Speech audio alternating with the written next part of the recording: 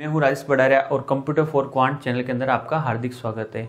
तो हम पढ़ रहे थे फ्लो कंट्रोल टेक्निक्स और फ्लो कंट्रोल टेक्निक्स के अंदर आज के इस वीडियो के अंदर हम पढ़ेंगे स्टॉप एंड वेट प्रोटोकॉल।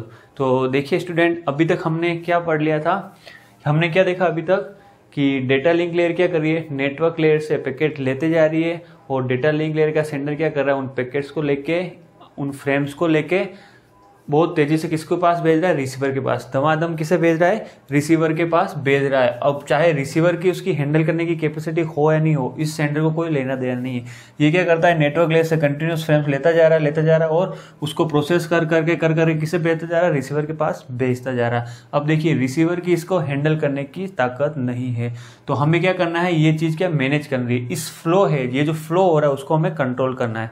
तो देखिए एक तरीका क्या हो सकता है, क्या अगर यहाँ पे किसी तरह का फीडबैक सिस्टम अगर यूज हो जाए, क्या फीडबैक, अगर यहाँ पे किसी तरह का फीडबैक सिस्टम यूज हो जाए जिसके अंदर सेंडर को ये पता चल जाए कि भाई रिसीवर की कैपेसिटी क्या है, या अगर रिसीवर बोले तभी सेंडर क्या करे, फ्रेम्स को सेंड करे। अगर इस तरीके का अगर हम फीडबैक अचीव कर लेते हैं तो ऑब्वियसली बात है कि भाई रिसीवर को फ्रेम की जरूरत होगी तभी सेंडर भेजेगा और इन दोनों के बीच में सिंक्रोनाइजेशन एस्टेब्लिश हो जाएगा। ओके, तो फीडबैक जो है वो तीनों टेक्निक के अंदर यूज होगा, चाहे वो स्टॉप एंड वेट हो, जीवीएन हो या एसआर हो। ओके, तो अब देखिए इसके अंदर क्या होगा, सेंडर क्या करेगा, सेंडर एक फ्रेम सेंड करेगा, किसे करेगा, रिसीवर के पास एक फ्रेम सेंड करेगा। ओके, और रिसीवर के पास जब ये फ्रेम पहुंच जाएगी तो रिसीवर क्या करेगा, एक डम्मी पैकेट किसे भेजेगा, सेंडर के पास भेजेगा। क्या भेजेगा, एक डम्मी पैकेट सेंडर के पास भेजेगा और इसको बताएगा कि ये वाली फ्रेम हमारे पास पहुंच चुकी है। ओके,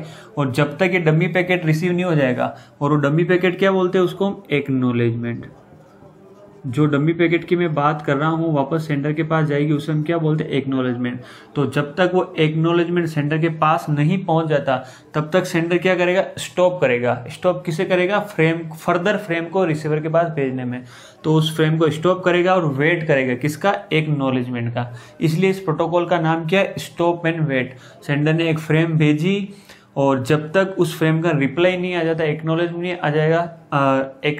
नहीं आ जाता, तब तक सेंडर क्या करेगा, दूसरी फ्रेम नहीं भेजेगा, उसको स्टॉप करेगा और जो एक्नॉलेजमेंट है उसका वेट करेगा। ओके, इसीलिए इस प्रोटोकॉल का नाम क्या है, स्टॉप एंड वेट प्रोटोकॉल है। और जब एक्नॉलेजमेंट सेंडर के पास आ जाएगा तो सेंडर को पता चल जाएगा कि अब मैं दूसरी फ्रेम भेज सकता हूँ। उसके बाद वो फिर दूसरी फ्रेम भेजेगा, फिर उसका एक्नॉलेजमेंट आ जाएगा, फिर वो तीसरी फ्रेम भेजेगा, फिर इसका एक्नॉलेजमेंट आ जाएगा।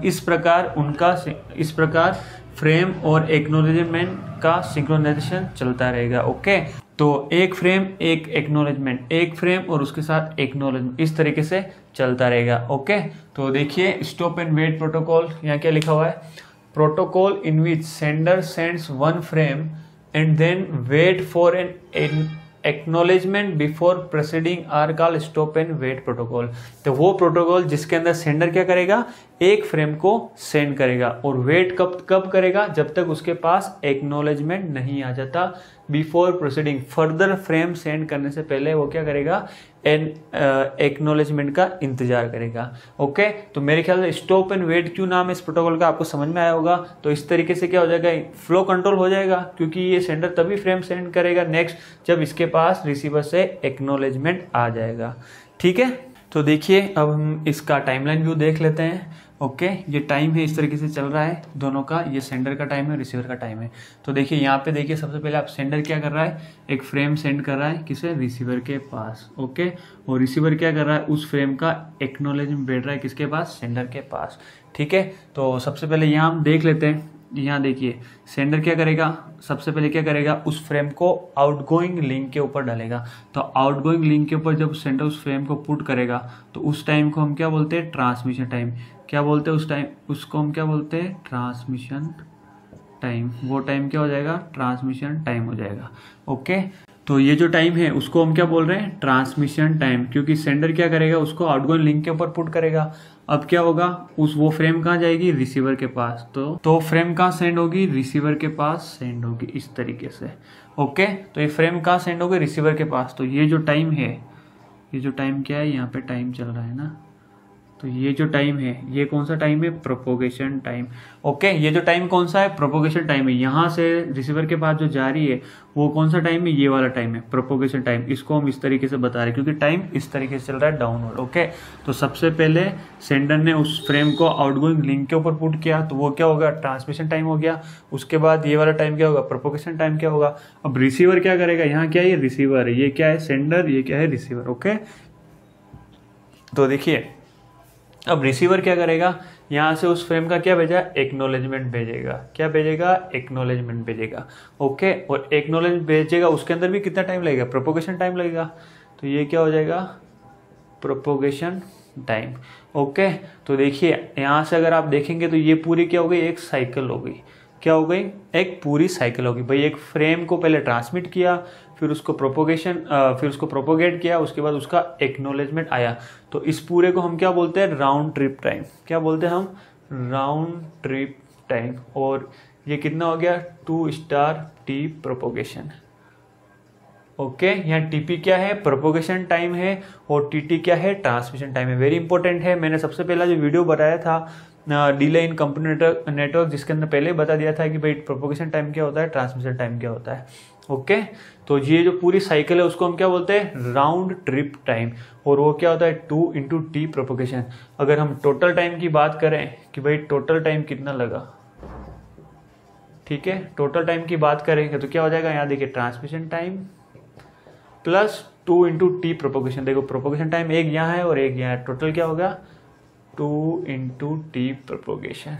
तो आपको इसका ध्यान रखना है इस वाले फॉर्मूले का। ओके, तो स्टॉप एंड वेट प्रोटोकॉल के अंदर अगर आपको टोटल टाइम पूछ ले, वहां पे अगर आपको ट्रांसमिशन टाइम दिया हुआ है और प्रोपोगेशन टाइम दिया हुआ, तो इस फॉर्मूले के अंदर आपको वैल्यू पुट करनी है। ओके, समझ में आया आपको। अब मेन जो निकालना रहता है वो क्या रहता है, एफिशिएंसी निकालनी रहती है। ये क्या है, एफिशिएंसी। तो एफिशिएंसी कैसे कैलकुलेट करते हैं हम, यूजफुल टाइम अपॉन ये क्या हो जाएगा, टोटल टाइम। क्या हो जाएगा, useful time upon total time. तो देखिए हमें क्या करना था, एक फ्रेम सेंड करनी थी सेंडर से रिसीवर के पास। सेंडर को क्या करना था, फ्रेम सेंड करनी थी सेंडर से रिसीवर के पास। तो यूजफुल टाइम वो क्या होगा, ये बताओ आप मेरे को। इसके अंदर से यूजफुल टाइम क्या होगा, यूजफुल टाइम होगा सिर्फ ट्रांसमिशन टाइम। ओके, और बाकी जो यूजफुल टाइम नहीं होगा और टोटल टाइम क्या होगा, ट्रांसमिशन टाइम प्लस 2 प्रोपोगेशन।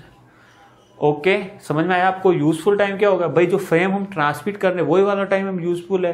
भाई जो प्रोपोगेशन हो रहा है वो वाला हमारा टाइम यूजफुल नहीं, उसका हमारा कोई मतलब ही नहीं है। और उससे हम किसको डिवाइड करेंगे, एफिशिएंसी निकालने के लिए, टोटल टाइम से। तो ये क्या हो गया, transmission time upon transmission time plus 2 propagation. Okay, तो इसको अगर हम फर्दर सोल्व करेंगे तो दोनों को ट्रांसमिशन टाइम से डिवाइड कर रहा हूँ इन सबको, तो ये क्या हो जाएगा, 1/1 प्लस 2 प्रोपोगेशन अपॉन ट्रांसमिशन। समझ में आया आपको। यहाँ पे भी ट्रांसमिशन टाइम से डिवाइड किया, यहाँ भी ट्रांसमिशन टाइम से डिवाइड किया, यहाँ से भी ट्रांसमिशन टाइम से डिवाइड किया। तो ये 1 हो जाएगा, 1 हो जाएगा, और यहाँ क्या हो जाएगा, TP/TT। ओके, और TP/TT को मैं क्या लिख रहा हूँ, 1/1 प्लस 2A, वेर A क्या हो जाएगा, TP/TT। वेरी इंपॉर्टेंट है ये फॉर्मूला, इसके ऊपर एग्जाम के अंदर डायरेक्ट क्वेश्चन आता है। चाहे आप यूजीसी नेट की तैयारी कर रहे हैं या आप कॉलेज एग्जाम की तैयारी कर रहे हैं या किसी भी एग्जाम की तैयारी कर रहे हैं, एफिशिएंसी के ऊपर क्वेश्चन आता है इस तरीके से डायरेक्ट। तो स्टॉप एंड वेट प्रोटोकॉल का एफिशिएंसी का फॉर्मूला क्या है, 1/1 प्लस 2 है।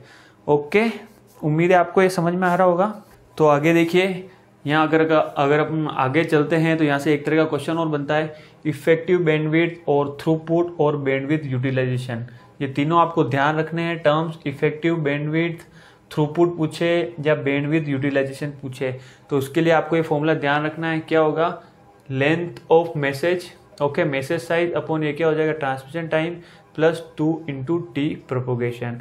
ओके, तो देखिए अब इस फॉर्मूले को थोड़ा सा मैं मॉडिफाई कर रहा हूँ। ये L लिखा होगा मैसेज साइज, तो इसको मैं क्या कर रहा हूँ, बैंडविड्थ से मल्टीप्लाई कर रहा हूँ और बैंडविड्थ से डिवाइड कर रहा हूँ।